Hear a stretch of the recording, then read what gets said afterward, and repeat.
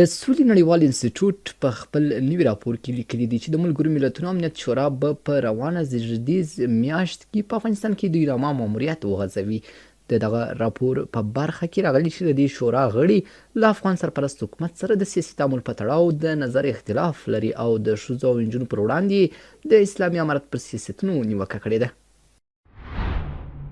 دغه ماموریت د غځېدو خبرې به په افغانستان کې د اقتصادي او بشري ناورین له زیاتېدو سره هممهاله وشي. د چارشنونکي په دې باور دی چې یوناما په افغانستان کې په سیاسي بشري حقوقو اقتصادي او ټولنیزو برخو کې مهم رول لري. دوی په افغانستان کې د یوناما د ماموریت پر غځېدو ټینګار کوي. د سولې نړیوال انسټیټیوټ د راپور په اساس چې ګواکې د ملګرو ملتونو امنیت شورا با د یوناما ماموریت په افغانستان کې وغځوي. موږ هر کله یې کوو.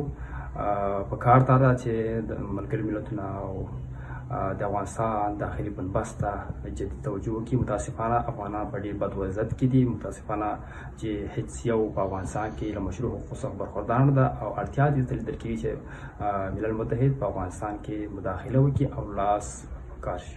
دغه راز یو